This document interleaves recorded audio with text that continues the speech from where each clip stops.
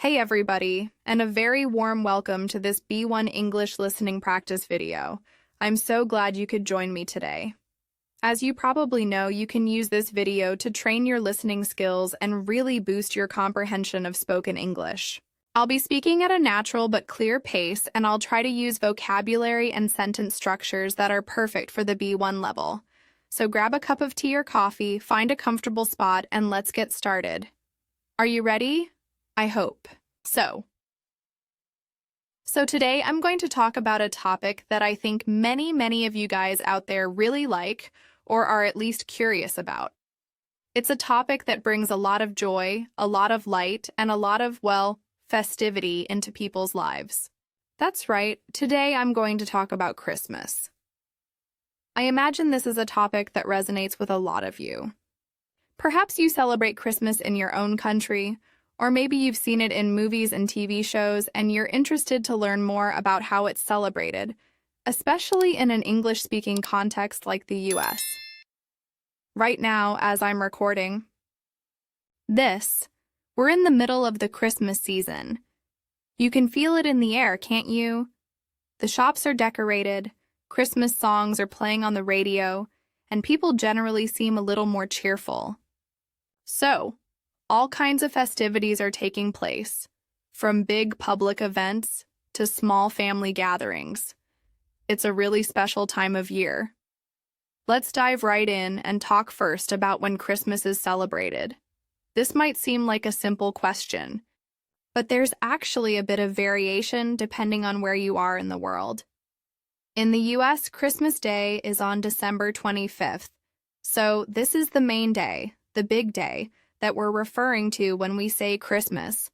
It's a federal holiday, which means most businesses are closed, schools are out, and people generally have the day off work to spend with their families.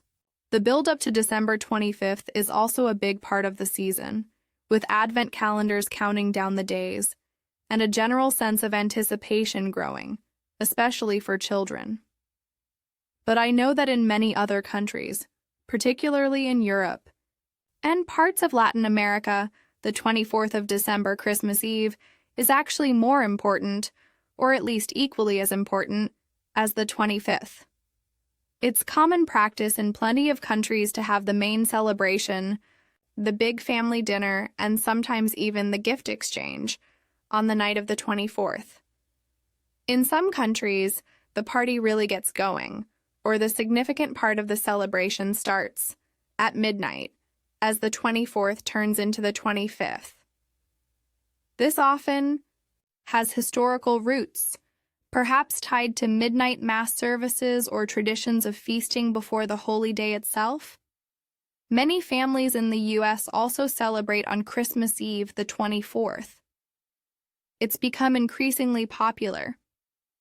However, it's not a given. It's not something absolutely everyone does. Some people, some families, only have their main family party or gathering on the 25th, the actual day of Christmas. For them, Christmas Eve might be a quieter day, perhaps, for last-minute preparations, wrapping gifts, or maybe attending a church service. I think nowadays, though, it's become quite customary, quite normal, for many Americans to celebrate on both Christmas Eve and on Christmas Day. Why? Well, I think it simply gives us an excuse to have 2 days of festivities instead of just one. More time with family, more food, more fun. Who wouldn't want that? It allows for different parts of the family to gather or for different traditions to be observed. So, for example, when I was growing up, my family usually spent Christmas Eve with my dad's side of the family. We'd go to my grandparents' house or an aunt and uncle's place, and there would be a big dinner, lots of cousins running around, and a generally lively atmosphere. Then, Christmas Day itself, December 25th, was usually spent with my mom's side of the family. This often meant another big meal, maybe opening more presents, and just enjoying the holiday in a slightly different setting.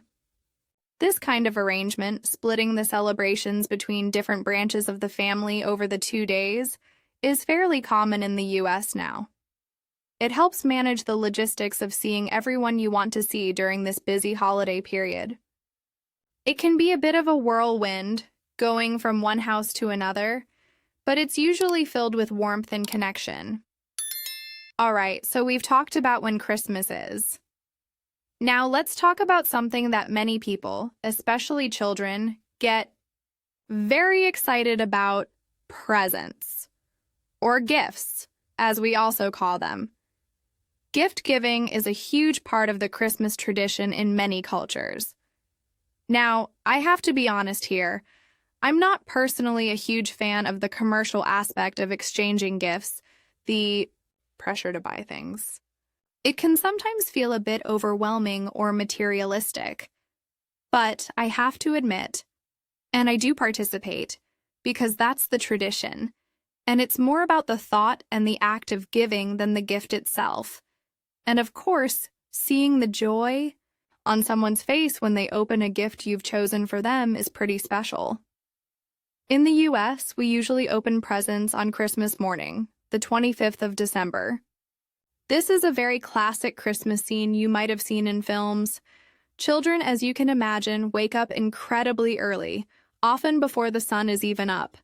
They are so full of excitement and anticipation. They'll then typically run to wake their parents up, sometimes jumping on their beds, shouting, "It's Christmas, time for presents." And then, the children, and often the adults too, get to open up all the presents that have magically appeared under the Christmas tree. These are often gifts from Santa Claus, especially for the younger children, and also gifts from family members. And don't forget the stockings. Many families hang stockings, which are like large socks, often by the fireplace, and Santa Claus is said to fill these with smaller gifts, sweets, and fruits. Then, maybe later in the day on the 25th, or perhaps on Christmas Eve, as I mentioned, or even on a different day close to Christmas, like Boxing Day, December 26th, which is celebrated in some other countries, you might get together with your extended relatives, aunts, uncles, cousins, grandparents, and exchange more gifts with them. This can be another round of excitement and surprise. I know that this timing for opening presents is different from a lot of other countries, where, as I mentioned, people often open their presents on the night of the 24th, sometimes after the main Christmas Eve dinner, or even at midnight. It's interesting how these traditions vary so much. For those who open gifts on Christmas Eve, the excitement builds throughout the day, culminating in that evening celebration. For those in the US, Christmas Eve might be full of anticipation for what Christmas morning will bring. Both have their own special magic, I think. The whole process of choosing gifts, wrapping them, which can be an art form in itself or a frustrating challenge for some. And then the surprise of opening them is a big part of the holiday. Another thing that differs quite a bit depending on your country and your family's culture is what you actually do during the Christmas celebration. Beyond just eating and opening presents, what are the common activities? In many Latin American countries, for example, it's very common to have music, singing, and dancing with your family during the Christmas party. The celebrations can be very lively, very vibrant, with specific types of Christmas music, sometimes involving live instruments. It's a very communal and expressive way to celebrate. Families might dance together for hours, and the party can go late into the night. But this kind of energetic celebration with lots of dancing and singing is generally a lot less common in the US during the main family gatherings. Of course, there are Christmas parties with music and dancing, but the typical family Christmas Day or Christmas Eve is often more focused on other things. It's more about talking, sharing a meal together, and catching up with relatives that you perhaps haven't seen all year, or at least not for a long time. People sit around, chat about what's been happening in their lives, share stories, maybe look at old family photos.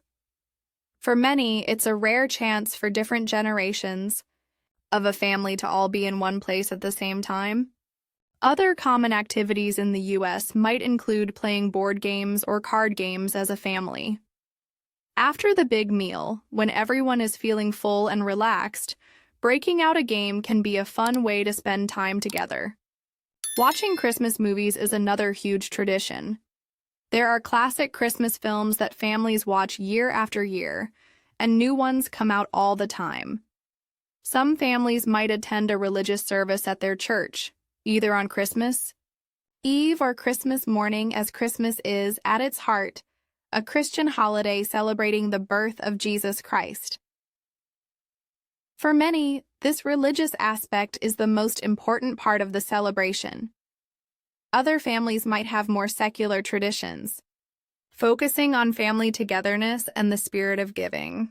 Some people also engage in charitable activities around Christmas time, like volunteering at a soup kitchen or donating gifts to those in need. It's seen as a time for generosity and thinking of others. Okay, now let's talk about something I'm sure everyone enjoys: the Christmas meal. This is often one of the biggest and most anticipated meals of the year. There's a lot of variety when it comes to this, and every family has its own special dishes and traditions. But some of the staples of the traditional American Christmas meal, the common items you might find on many tables, include a large roasted meat, often ham, perhaps glazed with honey or pineapple, or sometimes turkey, similar to Thanksgiving. But ham is very popular for Christmas. Alongside the main meat, you'll usually find potatoes. These could be mashed potatoes, creamy and buttery, or roasted potatoes, crispy on the outside and soft on the inside. Some families might have scalloped potatoes, which are thinly sliced potatoes baked in a creamy sauce. Then there's usually some kind of salad, perhaps a simple green salad or something more elaborate with nuts and fruits. Cooked vegetables are also a must, things like green beans, often in a casserole with crispy onions, carrots glazed with honey or maple syrup, Brussels sprouts, which people either love or hate, or peas, and you can't forget dinner rolls, soft, warm bread rolls, often served with butter. These are perfect for soaking up any delicious gravy or sauce on your plate. The gravy itself, often made from the meat juices, is a key component. For many, poured over the meat and potatoes. And then, of course, there are the plenty of yummy desserts. After the main course, people somehow find room for sweet treats. Popular Christmas desserts include pies, like apple pie, pumpkin pie, though more associated with Thanksgiving, it still appears at Christmas, or pecan pie. Christmas cookies are a huge tradition, with families often baking dozens of different kinds like gingerbread cookies, sugar cookies decorated with festive icing and sprinkles, or shortbread. Some families might have a traditional Christmas pudding, more common in the UK, but some American families with British heritage might have it, or a Yule log cake, which is a chocolate sponge cake rolled and decorated to look like a log. Fruit cake is another traditional Christmas dessert, though it has a bit of a mixed reputation. Some people love it, others not so much. Needless to say, this is one of the best and often one of the biggest meals of the year for most people. It's a time of indulgence where you don't worry too much about calories and just enjoy the delicious food and the company. A couple of the traditional foods and drinks that my family specifically has every year, and that I really look forward to, are cinnamon rolls and apple cider. We usually have warm, gooey cinnamon rolls for breakfast on Christmas morning. The smell of them baking fills the whole house, and it's just a wonderful way to start Christmas Day. And then, throughout the Christmas season, especially on cold evenings, we often have warm apple cider, sometimes spiced with cinnamon and cloves. It's so comforting and festive. I always look forward to having these two things every year. They are non-negotiable parts of our Christmas Every family has these little specific food traditions that make their Christmas unique and special. It might be a particular type of cookie their grandmother always made, or a special punch recipe. These culinary traditions are passed down through generations and become cherished memories. Okay, lastly, let's talk about decorations. This is perhaps the most visible element of the Christmas season, the thing you see everywhere you go. In the US, many people, and I mean a lot of people, put up Christmas lights on the outside of their house and in their front yard. It's a big deal. People take a lot of pride in their outdoor Christmas displays. I'd say there are a few different levels of how serious people get when it comes to their Christmas lights and outdoor decorations. Firstly, you've got your normal, casually lit houses. These houses might have just one or two strings of lights, perhaps along the roofline, or around the front door or windows. It's simple, elegant, and adds a nice festive touch without being over the top. They might also have a wreath on the eye. Front door. Then, you've got your houses that have a lot of lights and decorations and look very festive and beautiful. These homeowners put in a bit more effort.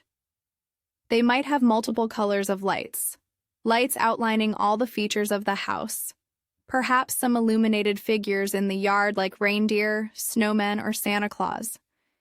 They might have inflatable decorations, which are large, air-filled characters that light up.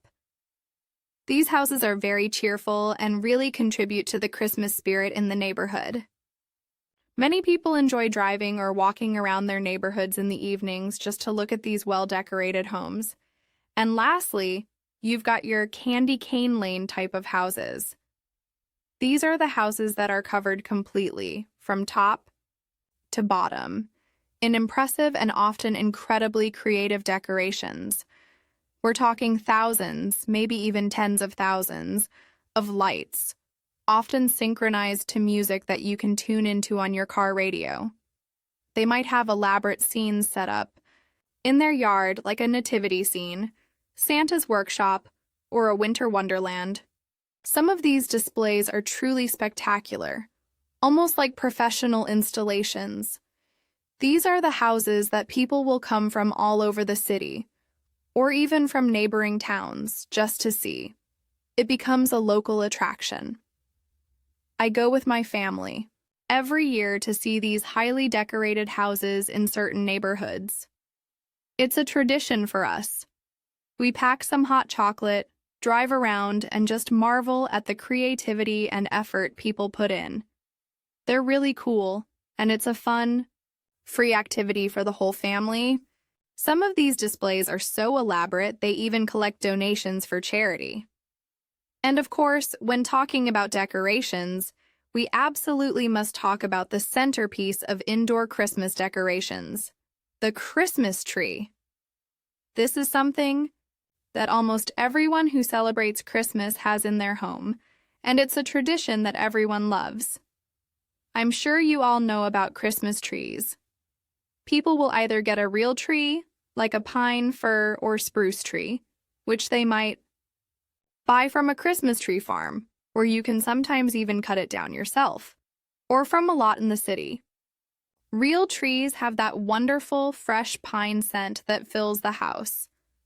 Or people might opt for an artificial tree, which can be reused year after year and often comes pre-lit, making it very convenient. There are pros and cons to both.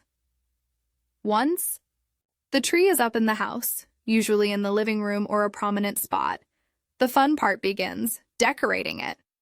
Families decorate their Christmas trees with all sorts of things. Strings of lights, white or multicolored.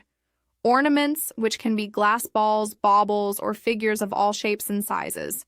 Some are store-bought, some are handmade. Some are old family heirlooms passed down through generations, each with its own story.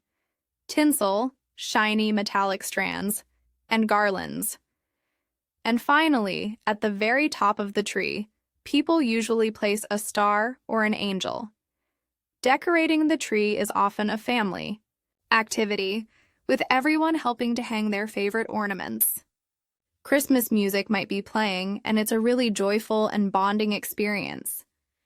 The lit-up Christmas tree, with all its sparkling decorations and the presents underneath, really creates that magical Christmas atmosphere in the home.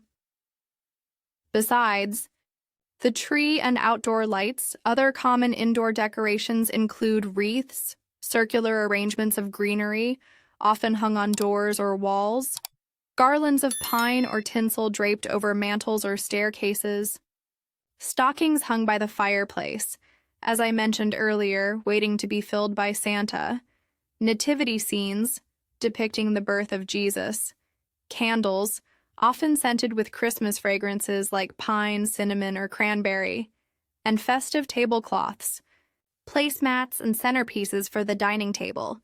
People really go all out to make their homes feel cozy, warm, and festive. The sights, sounds, and smells of Christmas decorations all contribute to that unique holiday feeling. Phew, that was a lot of information about Christmas, wasn't it? We've covered when it's celebrated, the excitement of presents, different activities, people engage in, the delicious food, and of course, all the beautiful decorations. It's a holiday with so many different facets and traditions, and it means different things to different people. But generally, it's a time for family, for joy, for reflection, and for celebrating together. Okay, that's all I have for you today on the topic of Christmas. I hope you found this listening practice helpful and interesting.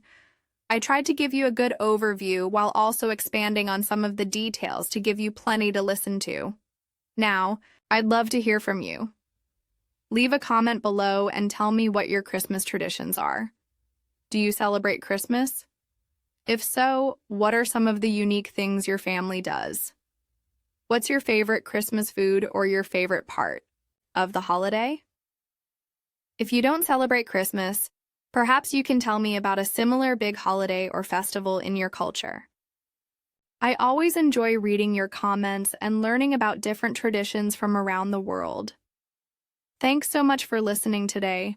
I hope this session has helped you with your English listening and comprehension. Keep practicing, and you'll see improvement. I'll see you next time for another B1 English listening practice video. Bye for now, and happy holidays if you're celebrating.